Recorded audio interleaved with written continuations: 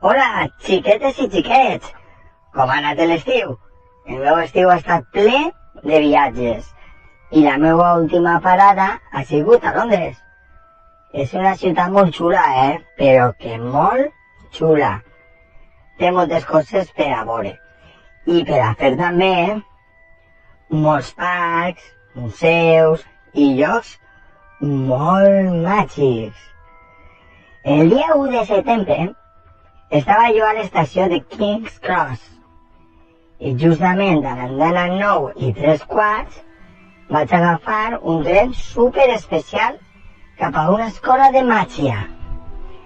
Aquest curs estaré per ací, però continuarem en contacte i possiblement vos faça alguna visita. Vosaltres voleu tindre un curs molt màgic en Sant Miquelus.